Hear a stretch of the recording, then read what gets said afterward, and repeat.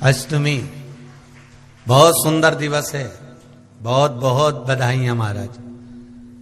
सोमवार की अष्टमी का मतलब आपको इंदौर की कथा में बताया था, जिस दिन शंकर और पार्वती के मिलन का दिवस हो।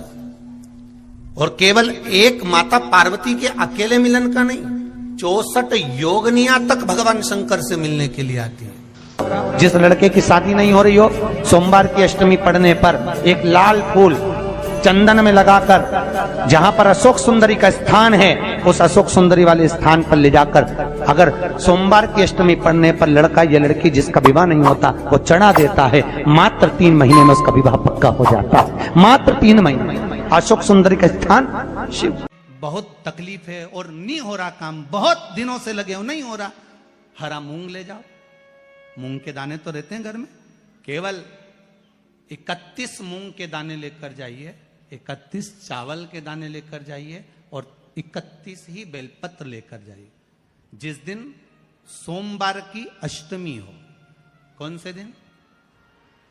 सोमवार की अष्टमी हो, उस दिन शंकर जी के मंदिर में जाओ, 3 चीज लेकर जाओ, मूंग के दाने, चावल, बेलपत्र। चावल जो 31 लेकर गए हो, अपनी कामना कर कर शंकर जी की देहली पर रख दो, चौखट पर, कहीं पर भी एकांत में उसको रख दिया जाए। मूंग के जो दाने लेकर गए हो 31, वो नंदी के पास में, जो नंदी का पांव ऊंचा रहता है उस पांव के पास रख दीजिए।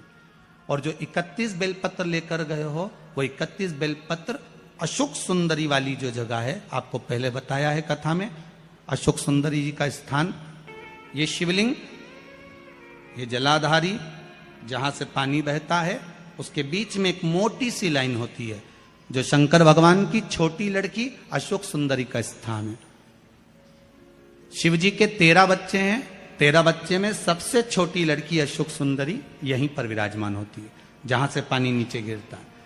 प्रत्येक शिवलिंग के सामने एक मोटी सी लाइन होगी, उस मोटी सी जो लाइन है अशोक सुंदरी, वहां पर जो 31 बेलपत्र लेकर गए हो, अपनी कामना कर कर पीला चंदन, लाल चंदन लगाकर उस पर समर्पित करते जाओ। उसकी डंडी जहां से पानी बहता है उस ओर होना चाहिए। आप निवेदन कर कर देखो, एक सोमवार की अष्टमी पर कर कर देखना, दूसरी सोमवार की अष्टमी आएगी, अपने आप आपका काम हो गया होगा। बाबा से निवेदन तो करो, क्यों भटक रहे? एक मात्र शिव मंदिर में झाड़ू लगा रही हैं अहिल्याबाई, साधारण सा भाव है, केवल एक झाड़ू।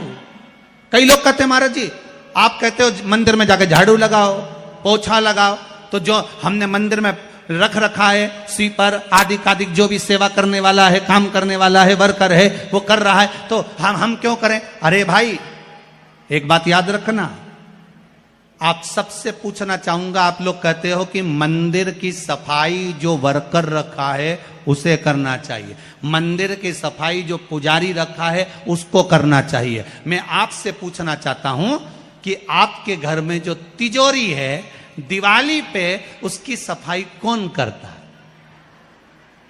नौकर करता है? अरे बोलते तो जाओ। नौकर करेगा? नहीं। वर्कर करेगा? नहीं। स्वीपर करेगा? नहीं। तिजोरी की सफाई कोई दूसरा नहीं करता, तिजोरी की सफाई हमें करना होती है। उसी तरह मंदिर की सफाई ना पुजारी करे, ना कोई वर्कर करे, जो दर्शन करने जाए वो करे, क्योंकि ये तिजोरी है हमारी, ये तिजोरी है हमारी, यहां से हमें मिलता है, ये मेरा देव अधिदेव महादेव देता है। और धतूरे का फूल,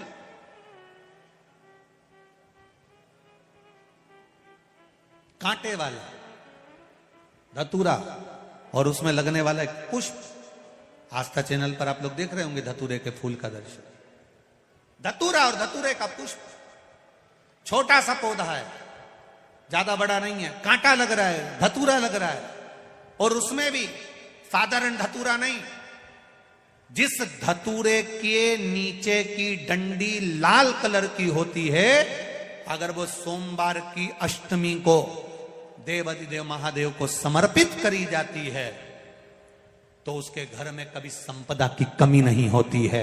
वो धतूरा है, साधारण नहीं है। धतूरे में भी लाल डंडी, जैसे धतूरा गोल होता है उसके नीचे एक छोटी सी डंडी, देखा है आप लोगों ने? अरे देखी कि नहीं देखी बोलो? धतूरा देखा है ना?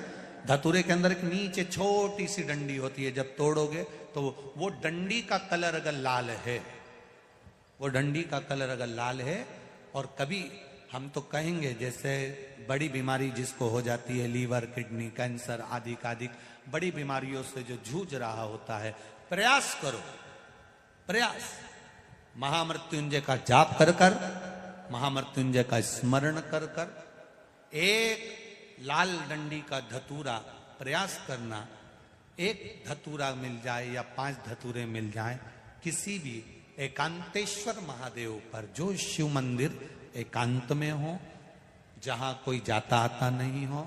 वैसे तो अब बहुत मुश्किल है कि ऐसा मंदिर मिल जाए जहां कोई जाता आता नहीं हो, पहले की बात दूसरी है, अब बात दूसरी है। फिर भी कहीं आप रोड पे से निकल रहे हो, एकांतेश्वर महादेव अगर आप कहीं दिख जाए, बहुत बीमारियों से ग्रसित हो, तो भी महामृत्युंजय जाप का स्मरण कर कर या किसी विद्वत ब्राह्मण जन से महामृत्युंजय मंत्र का जाप कराकर, या भगवान शिव के मंत्र का जाप स्वयं कर कर, वो भी ना बने तो पंचाक्षर मंत्र नमः शिवाय, षडाक्षर मंत्र ओम नमः शिवाय, या श्री शिवाय नमस्तुभ्यम जप कर वो लाल डंडी का धतूरा 5 एकांतेश्वर महादेव को आप समर्पित कर सकते हो। रोग थम जाएगा, जो दवाई खाओगे वो शरीर को लगना प्रारंभ हो जाएगी और आप स्वस्थ होना प्रारंभ हो जाएंगे। अगर बड़ा रोग है, देवी शंकर के मंदिर में जाओ, शिव जी का पूजन कर जब वापिस आओ तो शंकर भगवान के मंदिर में जो बाहर नंदी बैठता है उसके कानों में ओम नमः शिवाय बोलकर अपने मन की कामना उसके कानों में बोलकर आप आ जाइए, आपकी कामना 3 महीने में पूरी हो जाती है। नंदी के ईश्वर भगवान का स्मरण करिए। अगर 7 बेलपत्र आप शंकर को समर्पित करते हो तो 1 बेलपत्र नंदी भगवान पर भी अवश्य समर्पित करना। नंदीश्वर भगवान शिव को समर्पण, 1 बेलपत्र नंदीकेश्वर की ओर चढ़े। और बहुत ध्यान दीजिए महाराज, अगर कोई काम अटक रहा है, नहीं हो रहा, बहुत प्रयास करा, तो भगवान शंकर के मंदिर में 5 बेलपत्र चढ़ाइए। और शंकर भगवान की जो छोटी लड़की है अशोक सुंदरी, आपको बताया था ना अशोक सुंदरी का स्थान, भगवान शंकर की 6 लड़कियां हैं, उसमें से सबसे छोटी लड़की अशोक सुंदरी की जगह पर 1 बेलपत्र चढ़ाइए। फिर 1 बेलपत्र नंदीकेश्वर पर चढ़ाइए। और नंदीकेश्वर पर चढ़ाने के बाद भगवान शंकर के मंदिर के बाहर चौखट पर दिया लगा दीजिए साइड में, और फिर अपने घर पर आ जाइए, आपका कार्य सफल होना प्रारंभ हो जाएगा। नंदीकेश्वर भगवान नंदीकेश्वर का स्मरण कर लेने पर जीव आनंद सुख की अनुभूति करता है, आनंद सुख को पाता। भगवान नंदीकेश्वर का पूरी दुनिया में केवल एक केदारनाथ ही एक ऐसा है जहां पर ओम कुंड विराजमान है। कौन सा कुंड है वहां पर? ओम कुंड। जो बच्चा हकलाता है, तोतला बोलता है या गूंगा होता है, जिसकी वाणी नहीं होती, वो अगर ओम कुंड पर जाकर ओम बोलने का प्रयास करता है तो जितनी देर तक उसके मुंह से घुन्न की आवाज निकलती है उतनी देर तक ओम कुंड में से पानी का बुलबुला निकलता रहता है। और 7 या 8 बार बोलने से व्यक्ति हकलाना छोड़ देता है, तोतला बोलना छोड़ देता है और उसकी वाणी आ जाती है। वो ओम कुंड केदारनाथ जी में बसता है। कहां बसता है? केदार।